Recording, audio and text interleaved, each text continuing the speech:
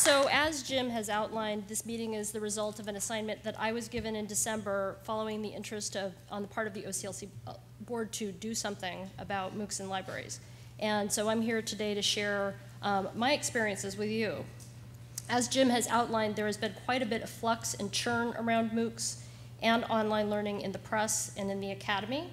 And of course, as one of the people who has tried since December, when I got this assignment, to keep up with issues and developments, I've seen a lot of that churn. Also, in service to you, I will stop at nothing. I've enrolled in 3 MOOCs and completed 1, so yay, on 2 different platforms. Made dozens of phone calls with those who are active in this area, and in the process found out who was active in this area, exchanged hundreds of emails, and read a lot of articles. Oh, sorry, you're supposed to be seeing this slide. MOOCs. It's all about everything. But really, for me, issues in higher ed, and particularly issues around rising tuition costs, are very personal. So I'd like to share with you a tale of 2 girls. My oldest girl, Anne, pictured here, who is a freshman at NYU this year, and my daughter, Caritas, who just started kindergarten. We are barely able to afford to send Anne to school with scholarships and student loans, and I'm fearful about our prospects for our youngest because, you know, as I said, I do watch tuition costs with some trepidation. I was able to put myself through school by working part-time in the library, and look where that got me. The idea of working part-time and putting yourself through school right now is, I think we'd all agree, pretty out of reach.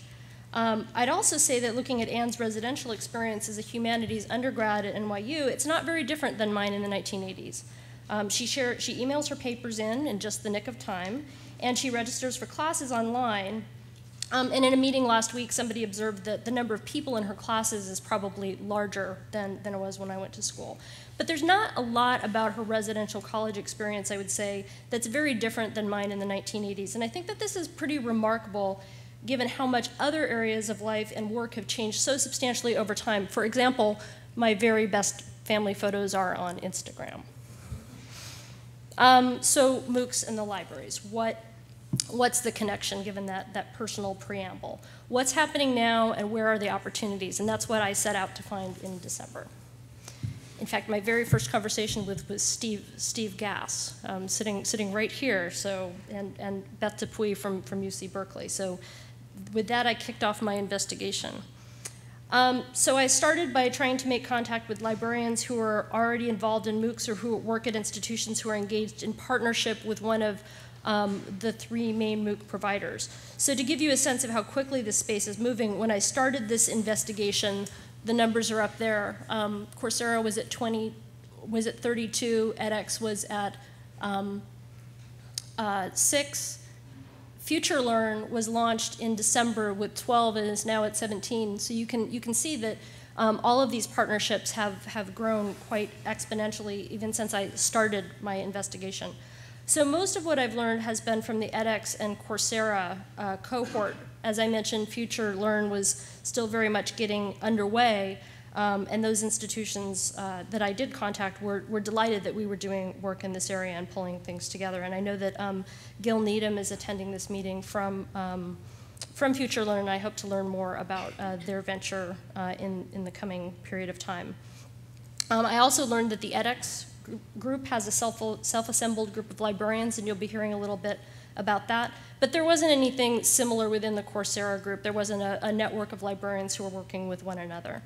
I was also fortunate to be part of a conversation with a handful of public libraries together with my colleague Christy Hill, who works most closely with public libraries. And these conversations were real eye-openers for me.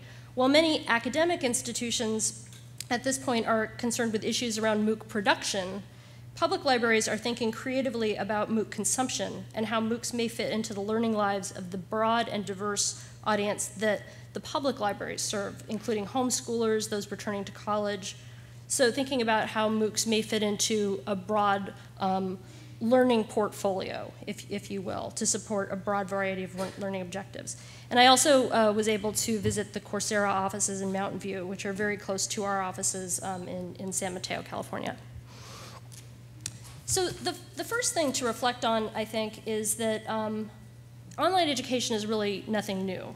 And indeed, distance education is nothing new, and we can here only gesture to our colleagues at the Open University who've been at this for some time.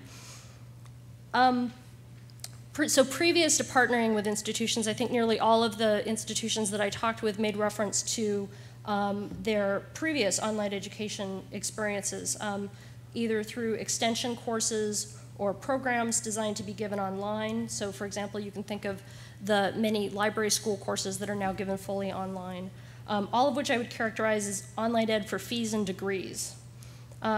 In most cases, the numbers are pretty small. Students are considered to be students and entitled, even if somewhat uncomfortably, to using campus resources.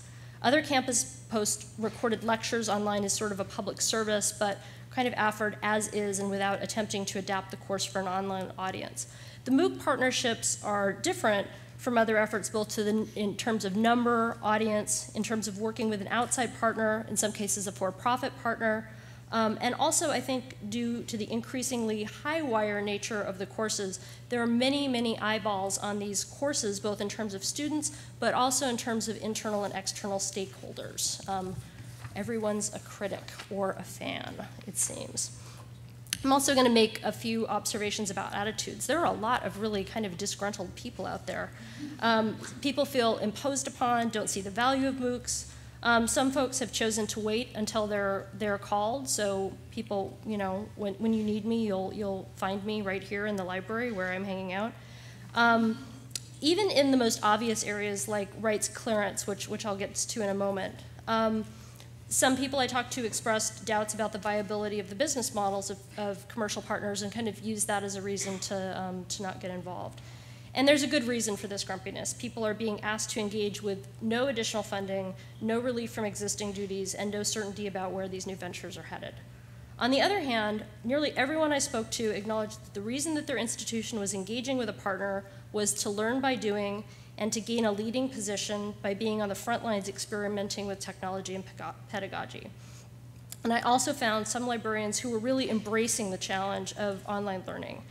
In an environment where academic librarians are casting about for new services they can offer in order to maintain relevance on campus, there are those who are eager to engage with faculty in new ways, enthusiastic about the possibilities, eager to learn more, and not only by getting engaged with faculty, but also with other service units on campus, and see this as a real opportunity to engage differently on campus in a variety of contexts. So not surprisingly, due to the open nature of course offerings, most libraries are engaged around clearing copyrighted material for use in classes. This is important not only because universities have partnerships with commercial entities, but also because the courses are being offered to a geographically distributed audience. So fair use may not be a fallback position. We'll hear more about this from our copyright colleagues. I learned during the visit to Coursera that 70% of their audience comes from outside the US, to put that in some context. Since everything is made available online, both campuses and partners are acting with an abundance of caution, making sure that every image, media file, and learning object used in a class has been cleared. We also learned that Coursera's ethos is to have everything that is covered for course completion to be made freely available to Courserians, as they are known. They really are. You'll get notes saying, "Dear Courserian." I kind of like it. So they need to be cleared. So this is textbooks, articles, required reading that has to be cleared. Coursera works with faculty where they are most comfortable and don't encourage them necessarily to find open access substitutes for what they're accompanied to work with.